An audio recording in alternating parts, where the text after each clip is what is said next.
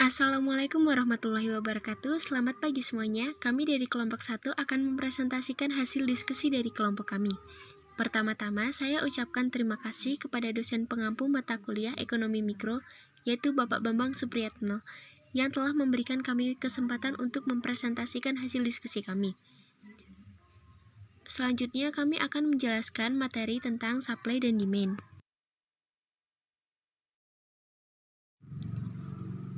Sebelumnya, saya akan memperkenalkan anggota dari kelompok kami. Yang pertama adalah saya sendiri, Rizna Yulaiha Afifah dengan NIM 218121441015 selaku moderator. Selanjutnya adalah Amelia Putri Firdania dengan NIM 218121441065.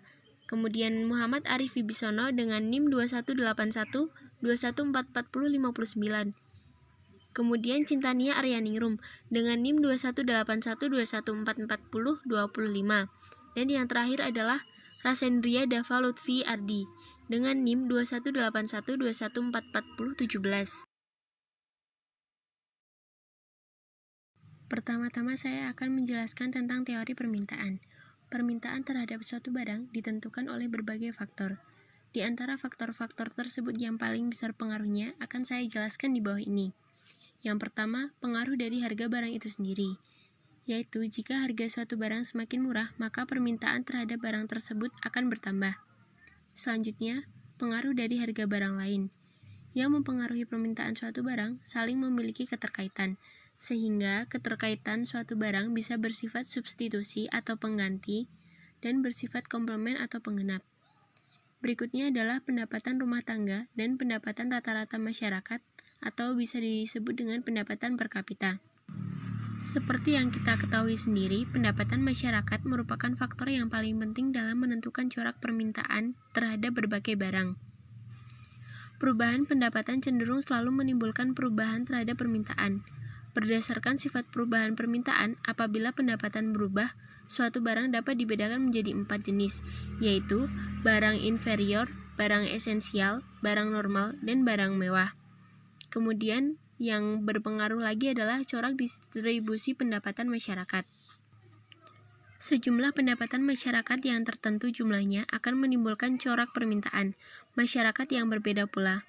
Apabila 10 pendapatan tersebut diubah corak distribusinya, sebagai contoh, apabila pemerintah menaikkan pajak bagi orang kaya dan hasil pajak tersebut diberikan sebagai subsidi bagi orang yang tidak mampu, maka corak permintaan terhadap jenis barang yang akan mengalami perubahan. Barang-barang yang bisa dikonsumsi oleh orang kaya cenderung akan menurun, sehingga barang-barang yang biasanya dikonsumsi oleh orang tak mampu akan meningkat, minimal kualitasnya. Berikutnya adalah pengaruh dari cita rasa masyarakat. Cita rasa sangatlah berpengaruh terhadap jumlah permintaan. Sebagai contoh, pada era tahun 1960-an, relatif sedikit orang yang mengkonsumsi produk dari negara Jepang. Masyarakat lebih banyak mengkonsumsi produk dari Eropa atau Amerika. Tetapi, mulai tahun 1970-an, suasana ini cenderung berubah. Masyarakat lebih banyak mengkonsumsi produk dari negara Jepang daripada negara Eropa atau Amerika. Contohnya saja mobil. Selanjutnya adalah jumlah penduduk pertambahan. Jumlah penduduk tidak secara otomatis akan menambah jumlah permintaan. Biasanya, pertambahan penduduk akan diikuti oleh perkembangan dalam kesempatan kerja. Perkembangan kesempatan kerja akan meningkatkan jumlah orang yang menerima pendapatan dan akhirnya akan menambah daya beli atau konsumsi di masyarakat. Selanjutnya, faktor yang akan mempengaruhi adalah ekspektasi masa depan. Maksudnya adalah perubahan-perubahan yang sekiranya akan menguntungkan di masa yang akan datang, akan mengakibatkan orang berlomba-lomba untuk berusaha mengkonsumsi terhadap barang tersebut, minimal sebagai investasi. Sebagai contoh, sebidang tanah. Orang cenderung mengkonsumsi bidang tanah karena salah satu dari sifat atau karakteristik bidang tanah adalah tidak pernah terdepresiasi.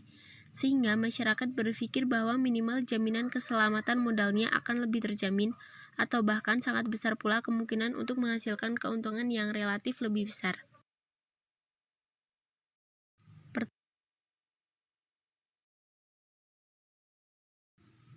Berikutnya saya akan menjelaskan harga dan permintaan.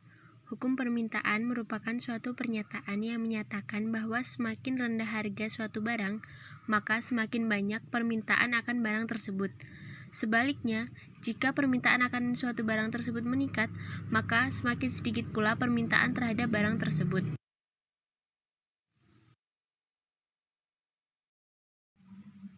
Kurva permintaan. Kurva permintaan merupakan suatu kurva yang menggambarkan sifat hubungan antara harga suatu barang dengan jumlah barang tersebut yang diminta. Dengan demikian, berdasarkan pada tabel 1 yang ada di sebelah saya ini, maka kita dapat menggambarkan kurva permintaan. Pada sumbu tegak digambarkan berbagai tingkat harga, sedangkan pada sumbu mendatar digambarkan sebagai jumlah buah durian yang diminta. Pada gambar tersebut, kurva permintaan DD terdapat 5 buah titik, yaitu A, B, C, D, dan E. Masing-masing titik tersebut menggambarkan keadaan yang berbeda-beda. Misalkan saja pada titik A, menggambarkan jumlah buah durian yang diminta adalah 100 buah dengan masing-masing buah durian seharga 100.000. Pada titik E, menggambarkan jumlah buah durian yang diminta adalah 450 buah dan masing-masing buah dihargai dengan Rp20.000. Dalam ilmu ekonomi sendiri, utamanya dalam hal analisis permintaan, perlu dipahami perbedaan antara permintaan dengan jumlah barang yang diminta. Yang dimaksud dengan permintaan adalah gambaran mengenai keseluruhan dari hubungan antara harga dan jumlah permintaan. Sedangkan jumlah barang yang diminta diartikan sebagai banyaknya permintaan atas suatu barang pada tingkat tertentu. Misalnya, pada titik E menggambarkan bahwa harga 20.000, jumlah buah durian yang diminta adalah 450 buah. Kurva permintaan pada umumnya mempunyai sifat menurun dari kiri ke atas menuju kanan bawah, karena sifat hubungan antara harga dan jumlah barang yang diminta mempunyai sifat hubungan terbalik sesuai dengan hukum permintaan.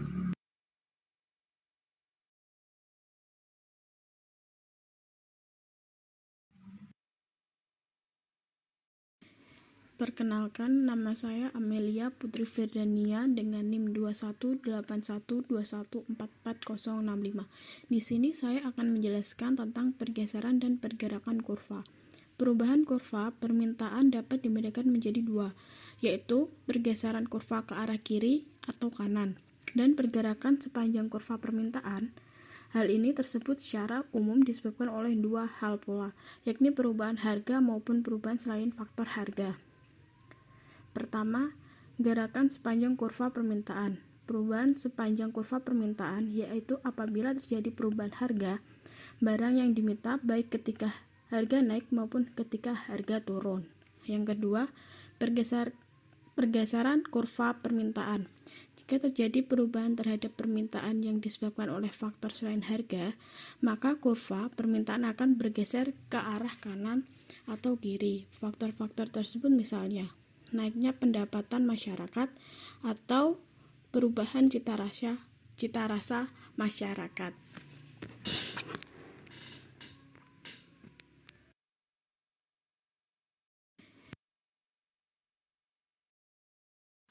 Selanjutnya, teori penawaran. Perilaku penjual dalam melakukan penawaran barangnya dengan berbagai tingkatan harga dipengaruhi oleh berbagai faktor, yang secara umum antara lain 1.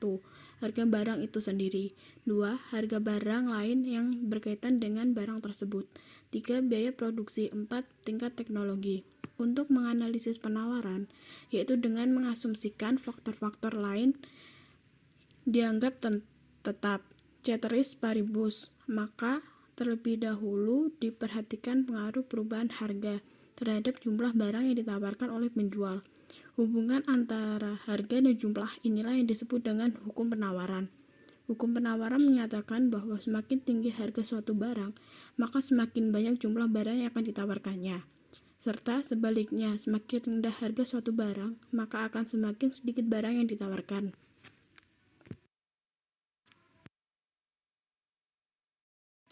Selanjutnya adalah kurva penawaran.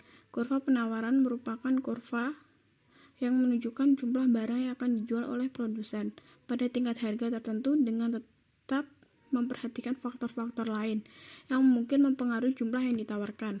Seperti analisis permintaan. Maka dalam analisis penawaran perlu kita bedakan antara penawaran dengan jumlah barang yang ditawarkan. Penawaran berarti jumlah keseluruhan secara kuantitas dari setiap tingkat harga pada sebuah kurva penawaran. Sedangkan jumlah barang yang ditawarkan berarti jumlah barang yang ditawarkan pada tingkat harga tertentu.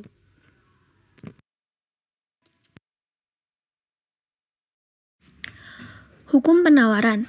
Hukum penawaran merupakan suatu pernyataan yang menjelaskan mengenai sifat hubungan antara harga suatu barang dengan jumlah barang yang ditawarkan. Dalam hukum ini, prinsipnya adalah bagaimana keinginan para penjual untuk menawarkan barangnya apabila harganya tinggi, dan bagaimana pula keinginan penjual untuk menawarkan barangnya apabila harganya rendah. Hukum penawaran menyatakan bahwa semakin tinggi harga suatu barang, maka semakin banyak jumlah barang yang ditawarkannya. Sebaliknya, semakin rendah harga suatu barang, maka akan semakin sedikit jumlah barang yang ditawarkannya.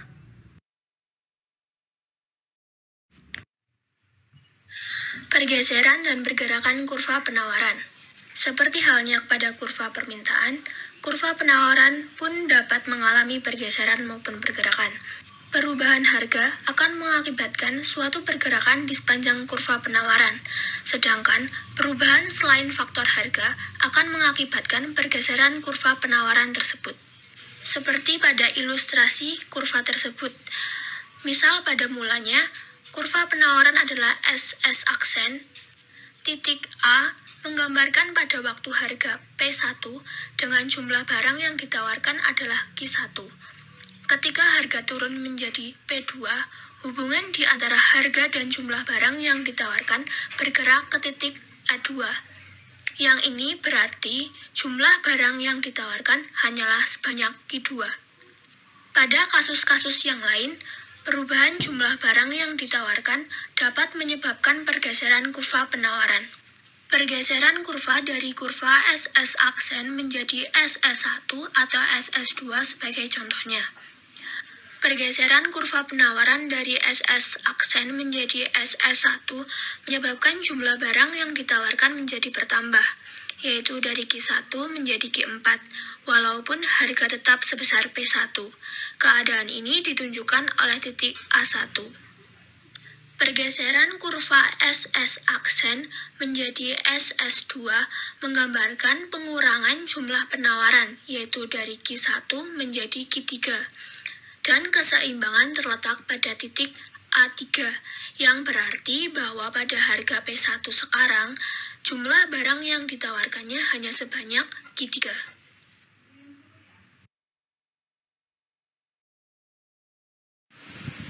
Oke, yang berikutnya adalah mekanisme pasar. Nah, dalam pasar sendiri ada yang namanya permintaan dan penawaran. Nah, arti dari permintaan itu sendiri adalah keinginan konsumen membeli suatu barang pada berbagai tingkat harga selama periode waktu tertentu. Sedangkan arti dari penawaran adalah keseluruhan jumlah barang dan jasa yang produsen ingin tawarkan pada berbagai tingkat harga yang berlaku di pasar dalam satu periode tertentu.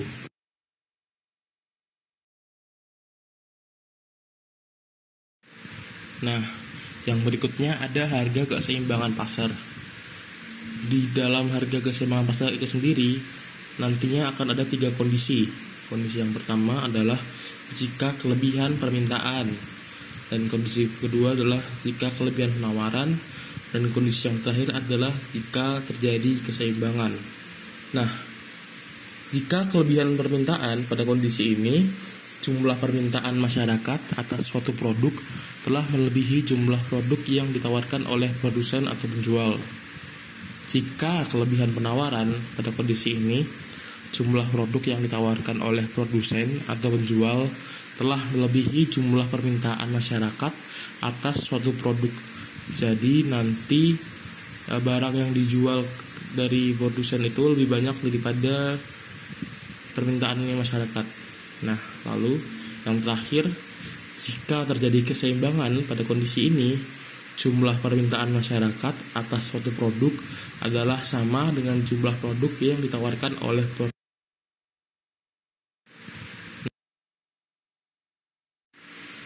Oke, selanjutnya ada keseimbangan harga atau equilibrium.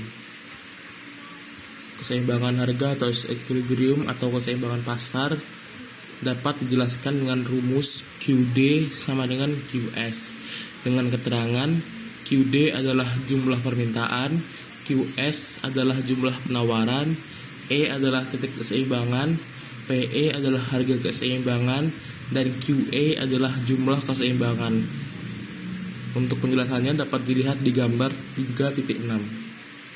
Nah, pasar suatu macam barang dikatakan berada dalam keseimbangan atau equilibrium apabila jumlah barang yang diminta di pasar tersebut sama dengan jumlah barang yang ditawarkan.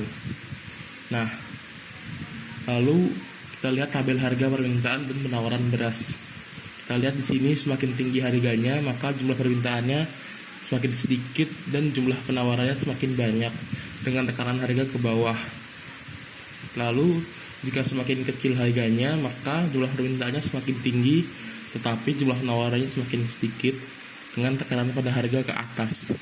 Ya, di kasus ini dapat kita simpulkan bahwa keseimbangan terjadi pada harga 6 dengan jumlah permintaan 6.000 dan jumlah penawaran 6.000 dengan surplus defisit 0 dan tekanan pada harga seimbang. Sehingga menghasilkan kurva seperti gambar 3.7.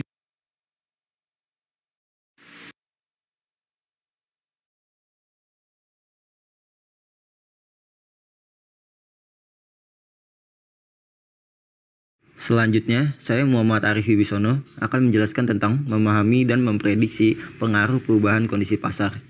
Asumsikan bahwa data yang ada adalah sebagai berikut.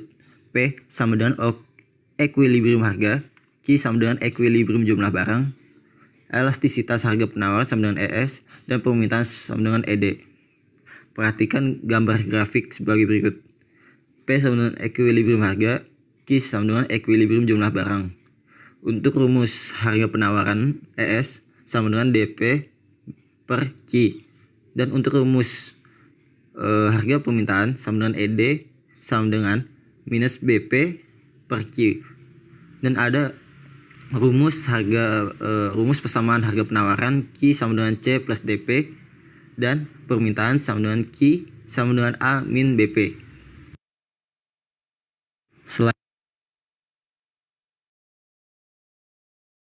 Selanjutnya saya akan menjelaskan tentang floor price dan selling price.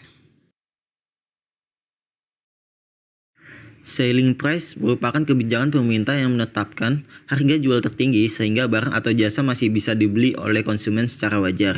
Sedangkan floor price merupakan kebijakan pemerintah yang dijalankan oleh pemerintah saat ada barang atau jasa yang harga jualnya terlalu rendah. Penetapan harga maksimum atau selling price. Penetapan harga maksimum atau harga eceran tertinggi atau HET yang dilakukan pemerintah bertujuan untuk melindungi konsumen. Kebijakan HET dilakukan oleh pemerintah jika harga pasar dianggap terlalu tinggi di luar batas daya beli masyarakat atau konsumen. Penjual tidak diperbolehkan menetapkan harga di atas harga maksimum tersebut. Samping adalah contoh grafik dari selling price. Selanjutnya, penetapan harga minimum atau floor price. Penetapan harga minimum atau harga dasar yang dilakukan oleh pemerintah bertujuan untuk melindungi produsen, terutama untuk produk dasar pertanian. Kebijakan harga dasar dapat biasa digunakan pada saat ditemukan kapasitas produksi di pasar terlalu sedikit, sehingga kuantitas barang beredar di pasar lebih rendah dari permintaan pasar. Di samping adalah contoh grafik dari floor price. Sekian presentasi dari kelompok kami. Apabila ada kesalahan mohon dimaafkan. Apabila ada materi-materi yang belum jelas dan apabila ada pertanyaan yang ingin ditanyakan kepada kelompok kami, bisa ditanyakan melalui kolom komentar dengan menyebutkan nama dan NIM kalian. Sekian dan terima kasih. Wassalamualaikum warahmatullahi wabarakatuh.